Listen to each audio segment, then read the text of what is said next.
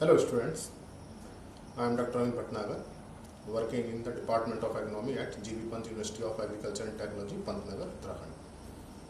And in the series of nutrient, I have uploaded about the nitrogen, phosphorus, potassium, calcium, magnesium and sulphur. तो जो macro nutrients हैं उनके बारे में मैंने लेक्चर्स दे दिए हैं, अपलोड हैं चैनल पे। और आज जो है माइक्रो न्यूट्रिएंट्स के बारे में डिस्कस करेंगे। और सबसे पहले जो न्यूट्रिएंट हम डिस्कस करेंगे वो है iron. Iron, okay, and two forms are there, ferric form, ferric, and this one is ferrous form, and these two ferric and ferrous form are available in soil. So under aerobic condition this ferric form remain present because it is in oxidized state, and ferrous is in reduced state. So whenever there is a water logging, जब खेत में पानी भरा हो, anaerobic condition हो, तो ferric जो form है किसमें कन्वर्ट हो जाती है, फेरस फॉर्म में हो जाती है, और दोनों ही फॉर्म को प्लांट एब्जॉर्ब करता है। लेकिन जो एरोबिक कंडीशन है, ऑक्सीडाइज्ड कंडीशन है, उसमें कौन सी फॉर्म रहती है, फेरिक फॉर्म रहती है। But physiologically ferrous is active form. जो प्लांट जो फिजियोलॉजिकल जो फंक्शन रहते हैं प्लांट के अंदर वो किसके हैं, फेरस के। So this ferrous is important form. तो जो भी फिजियोलॉजिकल फंक्शन होना है प्लांट के अंदर वो फेरस फॉर्म से होता है। नाउ द फंक्शन, क्या क्या फंक्शंस हैं इसके देख लेते हैं हम।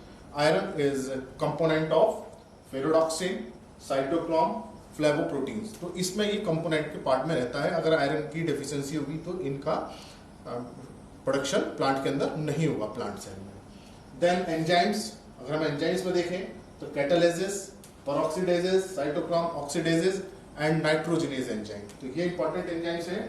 और इसमें भी ये जो नाइट्रोजनेज एंजाइम जो है, this is very important one. क्यों इंपॉर्टेंट है? क्योंकि जो लेग्यूम क्रॉप है जिसमें नाइट्रोजन फिक्सेशन हो रहा है राइजोबियम बैक्टीरिया से, उसमें नाइट्रोजनेज एंजाइम की जरूरत होती है। तो इसका मतलब यह है कि अगर आयरन की डेफिशिएंसी प्लांट के अंदर है तो उसके अंदर नाइट्रोजन फिक्सेशन कम होगा, क्योंकि उसमें नाइट्रोजनेज एंजाइम की एक्टिविटी क्या रहेगी, कम रहेगी। तो ये इस तरह के क्वेश्चंस एग्जामिनेशन में पूछे जा सकते हैं, तो हमें इंपॉर्टेंट एंजाइम्स पता होने चाहिए। Then it act as a catalyst. Catalyst किसमें वर्क करता है, नाइट्रेट रिडक्टेज एंजाइम। और इस नाइट्रेट रिडक्टेज एंजाइम के बारे में आप जानते हैं कि क्या करता है, नाइट्रेट का नाइट्राइट में रिडक्शन करता है। फिर नाइट्राइट किसमें कन्वर्ट होती है, ammonium, then further into amino acids. तो इसका मतलब कि नाइट्रेट का जो यूटिलाइजेशन होता है उसके रिडक्शन के थ्रू होता है। और उस नाइट्रेट रिडक्टेज एंजाइम में आयरन इसके कैटलिस्ट की तरह वर्क करता है। तो इसका मतलब ये भी हुआ कि अगर आयरन सफिशिएंट है तभी नाइट्रोजन मेटाबोलाइज प्रोटीन में प्रॉपरली होगी। अगर आयरन की डेफिशिएंसी है तो प्रोटीन का प्रॉपर फॉर्मेशन नहीं होगा। That's why iron is also involved in nitrogen metabolism and thus protein metabolism. The next role of iron is as a regulator. It regulates the photosynthesis and respiration. इसके बहुत several step है कि कहां कहां ये regulate करता है, photosynthesis को और रेस्पिरेशन को अफेक्ट करता है। कई इसके फिजियोलॉजिकल मीन्स हैं, तो उतने मीन्स में हमको नहीं जाना है, केवल हमको ये समझना है कि ये कैसे, इसका क्या क्या रोल प्लांट में है। तो फोटोसिंथेसिस को और रेस्पिरेशन को भी अफेक्ट करता है। Then it act as a activator. ये देखिए, ये बड़ा इंपॉर्टेंट है, क्लोरोफिल। देखिए क्लोरोफिल का जो फार्मूला है उसमें carbon, hydrogen, oxygen, nitrogen, magnesium, तो ये 4 एलिमेंट हैं। लेकिन इसमें आयरन नहीं है। But iron is involve in chlorophyll synthesis as a activator. जो एंजाइम्स हैं उनको एक्टिवेट करता है। तो अगर आयरन की डेफिशिएंसी होगी तो क्लोरोफिल फॉर्मेशन नहीं होगा, लीव्स ग्रीन नहीं रहेंगी और लीव्स कैसी हो जाएंगी, व्हाइट हो जाएंगी। तो यही कारण होता है कि जब आयरन की डेफिशिएंसी होती है तो लीव्स कैसी हो जाती हैं, व्हाइट हो जाती हैं। इस बात को आप ध्यान रखें कि ये क्लोरोफिल फॉर्मेशन में इन्वॉल्व है। हालांकि ये क्लोरोफिल का पार्ट नहीं है, but it is involve in chlorophyll formation. Next is constituent of lag haemoglobin. और लैग हीमोग्लोबिन कहाँ रहेगा, जो नाइट्रोजन फिक्सेशन होगा नोडुल में रहेगा, तो लैग हीमोग्लोबिन के फॉर्मेशन के लिए भी आयरन की जरूरत होती है। तो इसका मतलब आयरन बहुत इंपॉर्टेंट है लेग्यूम क्रॉप में, particularly in associated with the nitrogen fixation. Then role, अगर इसके हम रोल देखें आयरन की तो बहुत सारे रोल हैं, लेकिन मैं कुछ रोल आपको बता रहा हूँ। प्रोटीन सिंथेसिस, प्रोटीन सिंथेसिस में कई तरह से इन्वॉल्व रहता है। Then nucleic acid metabolism, RNA, metabolism, then thylakoid membrane की जो स्ट्रक्चरल इंटीग्रिटी है और जो फंक्शन है उसको आयरन जो है बहुत डिसाइड करता है। तो थाइलाकोइड मेम्ब्रेन को काफ़ी तरीके से ये अफेक्ट करता है उसके स्ट्रक्चर में और उसके फंक्शन में। इसी कारण से जब किसको अफेक्ट करता है अल्टीमेटली ये फोटोसिंथेसिस को। फोटोसिंथेसिस जो अफेक्ट होता है आयरन से कई कारणों से हो सकता है, तो क्लोरोफिल नहीं बन रहा हो या थाइलाकोइड मेम्ब्रेन अफेक्ट हो रही है। Then next is chloroplast metabolism. तो क्लोरोप्लास्ट मेटाबॉलिज्म में भी ये इन्वॉल्व रहता है आयरन। तो इस तरह से ये फोटोसिंथेसिस को कई स्टेप पे अफेक्ट करता है। तो अगर आयरन की डेफिशिएंसी होगी तो डेफिनेटली उसमें क्लोरोफिल की डेफिशिएंसी होगी, फोटोसिंथेसिस अफेक्ट होगा, नाइट्रोजन मेटाबॉलिज्म अफेक्ट होगा, न्यूक्लिक एसिड मेटाबॉलिज्म अफेक्ट होगा, और जितने ये एंजाइम्स हैं ये एंजाइम्स की एक्टिविटी भी अफेक्ट होगी, और नोडुलेशन भी पुअर होगा, नाइट्रोजन फिक्सेशन भी पुअर होगा। ये मैंने आपको ब्रीफ में आयरन के फंक्शन के बारे में बताया है, और इसी से रिलेटेड जो डेफिशिएंसी सिम्टम्स होंगे मैं उसको आपको बाद में सारे न्यूट्रिएंट्स के जब फंक्शन बताऊंगा उसमें इनके फंक्शन के साथ इसको कोरिलेट करके बताऊंगा कि क्या डेफिशिएंसी आती है। तो आप इसके आयरन के फंक्शन को समझ गए होंगे, आप इसको नोट कर लीजिए। Next element is manganese, and manganese in soil occur in many oxidation state +2, +3, +4, but absorbed in the form of divalent ion Mn++. Okay, and it is associated with iron metabolism. जो ferric का ferrous में जो reduction होता है that reduction take place with the help of manganese. तो जो iron का जो मेटाबॉलिज्म हो रहा है या आयरन की जो फंक्शन अफेक्ट कर रहा है मैग्नीज कर रहा है। तो this is the reason that whenever there is manganese deficiency it resemble with iron deficiency. तो जब प्लांट के अंदर मैग्नीज की डिफिशिएंसी होती है तो आयरन का मेटाबॉलिज्म पूरा नहीं होता, और आयरन का मेटाबॉलिज्म पूरा ना होने की वजह से वो आयरन की डेफिशिएंसी सिम्टम शो करने लगता है। तो ये कंफ्यूजन हो जाता है आयरन डेफिशिएंसी और मैग्नीज डेफिशिएंसी के बीच में। The next is manganese is involve in biosynthesis of carbohydrate, protein and lipid. जो भी सिंथेसिस हो रहा है, कार्बोहाइड्रेट का मेटाबॉलिज्म हो या प्रोटीन का हो या फैटी एसिड्स जो बन रहे हो, ऑयल सीड्स के अंदर जो ऑयल्स बन रहे हैं, उन सबको मैग्नीज क्या करता है, अफेक्ट करता है। Next it is role in production of SOD, superoxide dismutase. ये जो एसओडी है इसका प्रोडक्शन बहुत इंपॉर्टेंट है।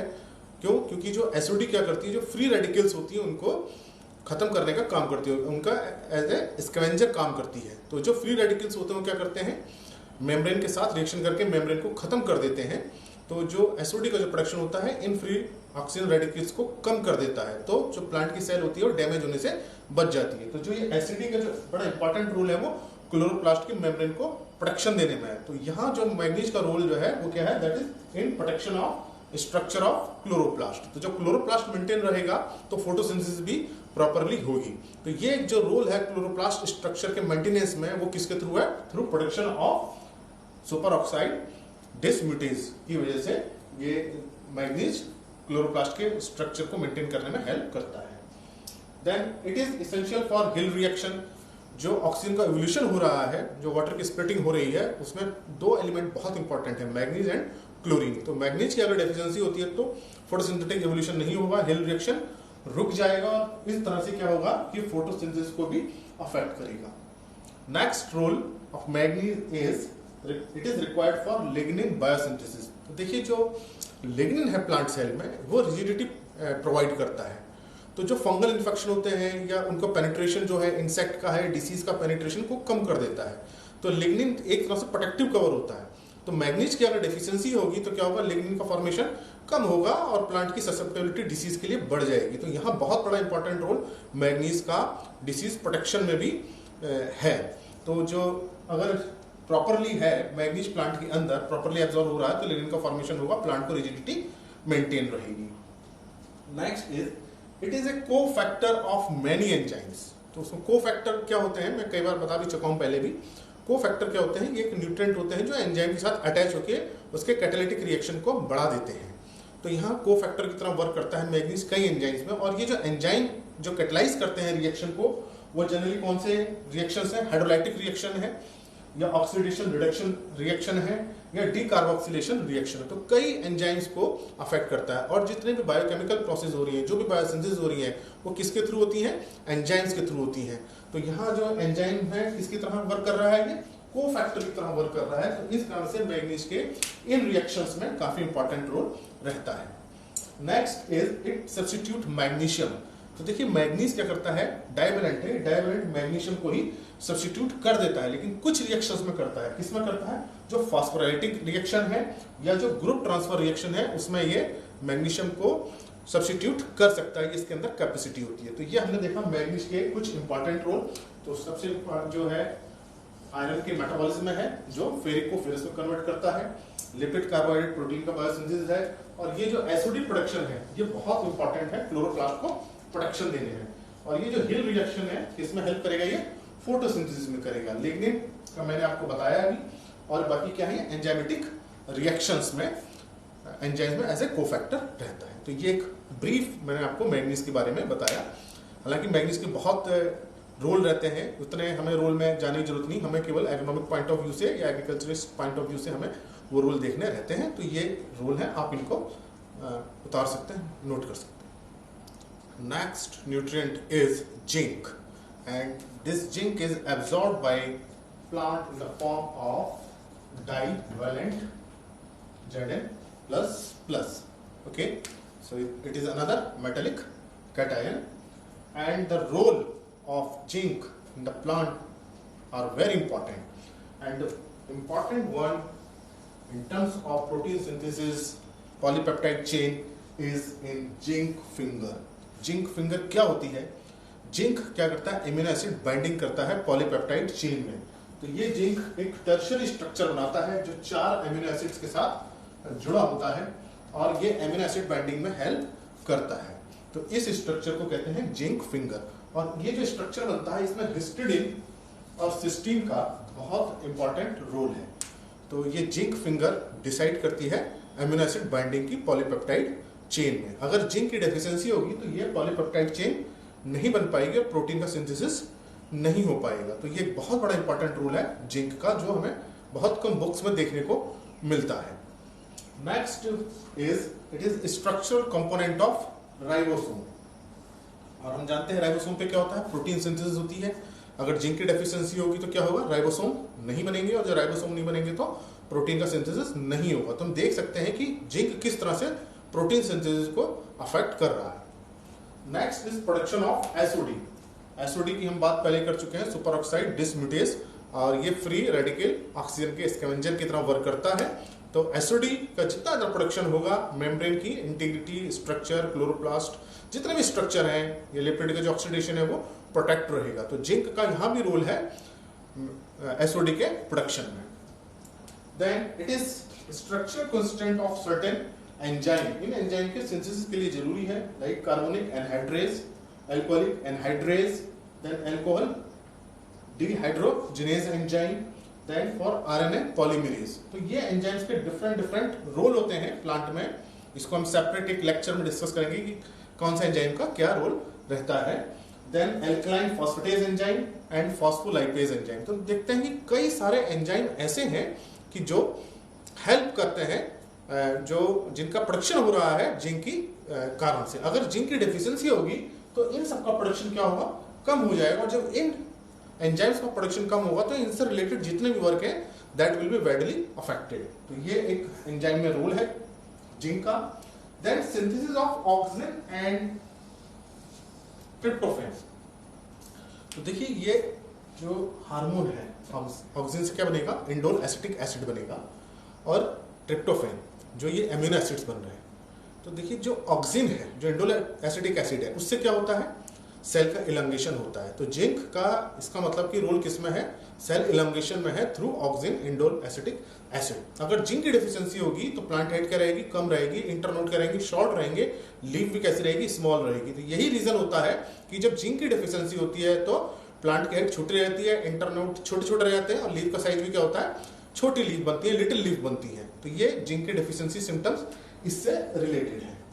Then another it is related with the water uptake. Zinc का जो रिलेशन देखा गया है प्लांट के अंदर में वाटर अपटेक से भी देखा गया है, और वाटर के रिटेंशन से भी। तो ये क्वेश्चन आ सकता है कि कौन सा जो न्यूट्रिएंट जो है वाटर अपटेक से रिलेटेड है। वैसे देखिए पोटेशियम का वाटर रेगुलेशन में इंपॉर्टेंट रोल है स्टोमेटा ओपनिंग और क्लोजिंग से। लेकिन अगर हम वाटर अपटेक को देखें तो जिंक भी इन्वॉल्व है वाटर अपटेक से। इसका मतलब अगर प्लांट का जिंक न्यूट्रिशन प्रॉपर है तो वो ड्रॉट को भी टॉलरेट कुछ एक्सटेंट तक कर सकता है। तो यहाँ वाटर अपटेक एक हमें एक अच्छा रोल नजर आ रहा है जिंक का। Then maintenance of integrity of biomembrane, ये मेंटेन रखता है बायो मेम्ब्रेन को, उसकी इंटीग्रिटी को, उसके स्ट्रक्चर को। कैसे? देखिए बायो मेम्ब्रेन किसकी बनी हुई है? लिपिड और प्रोटीन्स की बनी है। लिपिड्स में क्या रहते हैं? फॉस्फोलिपिड्स रहते हैं, इसमें फॉस्फोरस ग्रुप रहता है। और जो प्रोटीन्स बनी है पॉलीपेप्टाइड चेन है जिसमें सिस्टीन भी रहता है। तो ये जिंक क्या करता है? जो फॉस्फेट और सिस्टीन के बीच में आकर के ब्रिजिंग की तरह वर्क करता है, तो दोनों को मिला देता है। तो जब दोनों मिल जाते हैं तो उसका स्ट्रक्चर में मेंटेन रहता है। तो ये लिपिड और प्रोटीन दोनों को बाइंड करता है, फॉस्फेट और सिस्टीन को बीच में ला करके उनके बीच में आ जाता है, तो ये स्ट्रक्चर बन जाता है। तो हम ये देख सकते हैं कि जिंक के बहुत इंपॉर्टेंट रोल है। आप जिंक फिंगर को देखिए, ये बहुत इंपॉर्टेंट रोल है एमिनो एसिड बाइंडिंग में, तो आप इसको नोट कर सकते हैं, ये काफी helpful. Next nutrient is copper and it is absorbed by the plant in the form of divalent ion Cu++। ये डाइवेलेंट फॉर्म में एब्जॉर्ब हो जाता है प्लांट से।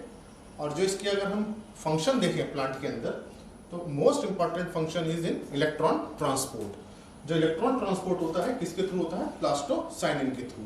तो यहाँ इसका रोल किसमें रहता है? फोटोसिंथेसिस में रहता है। और इलेक्ट्रॉन ट्रांसपोर्ट का रोल किसमें रहता है? रेस्पिरेशन में। तो इस कारण से ये फोटोसिंथेसिस और रेस्पिरेशन को भी अफेक्ट करता है। Then it affect the activity of some enzymes like peroxidase and certain oxidases. Then it is also involved in production of SOD. तो SOD में देखो हमने जिंक भी इन्वॉल्व था, तो ये कॉपर जिंक SOD एक बनता है, उसमें ये रहता है, इसमें कॉपर भी रहता है और जिंक भी रहते हैं। तो जब SOD में जब इन्वॉल्व है तो प्रोडक्शन करता है मेम्ब्रेन का। तो ये भी एक इंपॉर्टेंट फंक्शन है मेम्ब्रेन के प्रोडक्शन में या फ्री रेडिकल के स्कैवेंजिंग में। देन यूटिलाइजेशन ऑफ आयरन, तो देखिए ये जो क्लोरोफिल सिंथेसिस हो रही है उसमें जो आयरन वर्क कर रहा है एंजाइम एक्टिवेशन में, उसमें इसके यूटिलाइजेशन को अफेक्ट करेगा कॉपर। और हमने क्या देखा था? मैग्नीज भी आयरन के मेटाबॉलिज्म को अफेक्ट करता है। तो यहाँ पे जो कॉपर अफेक्ट कर रहा है आयरन मेटाबॉलिज्म को, किस वे में कर रहा है? क्लोरोफिल सिंथेसिस में। तो इसका मतलब कि अगर कॉपर की डेफिशिएंसी होगी तो डेफिनेटली आयरन अपना work will not show in chlorophyll synthesis. तो क्या होगा? येलोइंग होने लगेगी, क्लोरोसिस होने लगेगी लीफ में। इस कारण से हम देखते हैं कि जो येलोइंग होती है, चाहे कॉपर डेफिशिएंसी हो, आयरन की डेफिशिएंसी हो, मैग्नीज डेफिशिएंसी, येलोइंग स्टार्ट होती है क्योंकि उसमें क्लोरोफिल का फॉर्मेशन नहीं होता है। Then formation of vitamin A, ये इन्वॉल्व है कॉपर। तो कुछ एग्जामिनेशन में पूछा जा चुका है पहले कि विटामिन ए के लिए किस न्यूट्रिएंट की जरूरत होती है, तो कॉपर इसमें इन्वॉल्व है। तो इसको आप नोट कर लें कि विटामिन ए सिंथेसिस के लिए कॉपर की जरूरत है। Then it is required for flowering, pollen formation, fertilisation, development of grain. तो जो फ्लावरिंग से लेकर के जो एम्ब्रियो डेवलप हो रहा है, सीड डेवलपमेंट हो रहा है, वहां सब किसकी जरूरत है? कॉपर की जरूरत है। तो यहाँ कॉपर का बड़ा इंपॉर्टेंट रोल होता है ग्रेन डेवलपमेंट में, सीड के बनने में। तो पॉलन की ग्रोथ को डिसाइड कर देता है कॉपर, फर्टिलाइजेशन को डिसाइड करेगा, उसके सीड साइज को डिसाइड करेगा। तो कॉपर की डिफिशियंसी रहती है तो सीड सेटिंग क्या होती है? पुअर होती है। यही कारण रहता है कि कॉपर डिफिशियंसी में सीड यील्ड कम हो जाती है या बहुत श्रिवल्ड या बहुत छोटे सीड बनते हैं। Then it is also involved in metabolism of carbohydrate and protein. देखिए कई बार बताया जा चुका है इस बात को, जो कार्बोहाइड्रेट है या प्रोटीन है, ये बायोकेमिकल रिएक्शंस हैं जो एंजाइम से मीडिएट होते हैं। और एंजाइम की एक्टिविटी में जितने भी मेटालिक कैटाइंस हैं ये इन्वॉल्व रहते हैं, पर्टिकुलरली इलेक्ट्रॉन ट्रांसफर में या उनके कोफैक्टर एक्टिवेशन में। तो यहाँ कॉपर के कई रोल हैं इलेक्ट्रॉन ट्रांसफर के थ्रू और एंजाइम एक्टिवेशन के थ्रू। तो कहीं ना कहीं किसी न किसी वे में ये कार्बोहाइड्रेट के मेटाबॉलिज्म को, प्रोटीन के मेटाबॉलिज्म को अफेक्ट करते हैं। Then it activate the enzyme for lignin synthesis. यहाँ देखिए लिग्निन के सिंथेसिस के लिए कॉपर का होना बहुत जरूरी है। तो अगर कॉपर की डेफिशिएंसी होगी तो लिग्निन कम बनेगा, सेल्स में लिग्निन कम रहेगी। तो वही बात क्या होगा कि प्लांट की ससेप्टिबिलिटी फंगल डिसीज के लिए ज्यादा हो जाएगी, उसमें रिजिडिटी नहीं रहेगी, डिसीज का, इंसेक्ट्स का जो अटैक है वो क्या होगा? ज्यादा होगा। तो ये भी बहुत इंपॉर्टेंट रोल है कॉपर का लिग्निन सिंथेसिस में। देन अनदर इज, ये रिपोर्टेड है कि कॉपर जो है वेजिटेबल्स और फ्लावर्स में फ्लेवर और कलर देता है। तो जो खुशबू आती है या जो कलर इम्पार्ट होते हैं वो उसमें कॉपर इन्वॉल्व है। तो ये थोड़े से मैंने आपको रूल कॉपर के बताए हैं कि किस तरह से कॉपर इसमें इन्वॉल्व है। आप इसको नोट कर लीजिए। इस लेक्चर में मैंने आपको Fe, Mn, Cu, Zn ये 4 माइक्रो न्यूट्रिएंट्स के बारे में बताए। नेक्स्ट लेक्चर में मैं जो बाकी बचे हुए 4 माइक्रो न्यूट्रिएंट्स हैं उनके रोल के बारे में बताऊंगा। तो ये रोल मैंने बहुत ब्रीफ करके बताए हैं कि जो इंपॉर्टेंट रोल है उन्हीं के बारे में मैंने बताया है। और आगे वीडियो का आप इंतजार कीजिए जिसमें बोरोन, क्लोरीन, मोलिब्डेनम और निकेल के बारे में मैं लेक्चर आपको अपलोड करके दूंगा। और अगर आपको ये मेरा लेक्चर अच्छा लगा है तो इस मेरे चैनल को आप सब्सक्राइब करें, लेक्चर्स को शेयर करें, लाइक करें और इसी तरह से मैं एग्रोनॉमी के और सब्जेक्ट को इसमें देता रहूँगा। Thank you very much.